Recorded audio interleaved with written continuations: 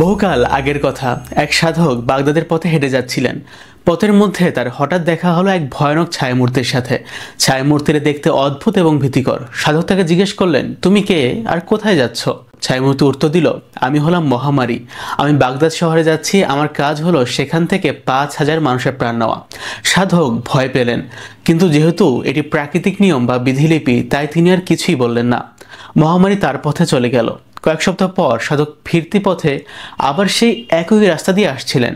হঠাৎ তার আবার সেই মহামারীর সাথে দেখা। সাধক এবার রেগে গিয়ে বললেন, তুমি মিথ্যাবাদী। তুমি বলেছিলে তুমি 5,000 মানুষের প্রাণ নেবে, কিন্তু আমি খবর নিয়েছি শহরে প্রায় 50,000 মানুষ মারা গিয়েছে। তুমি তোমার কথা রাখোনি।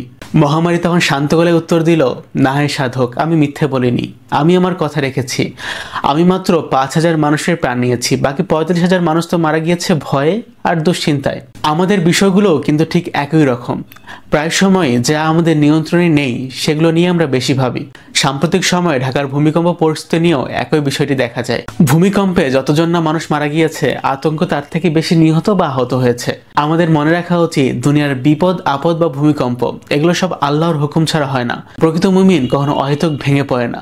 সে সতর্কতা অবলম্বন করে প্রস্তুতি নেয়, আল্লাহর উপর ভরসা রাখে। আপনারও কি তাই মনে হয়? দুর্যোগের থেকে অহেতুক চিন্তাই আমাদের বেশি ক্ষতি করছে? কমেন্টে জানাতে পারেন।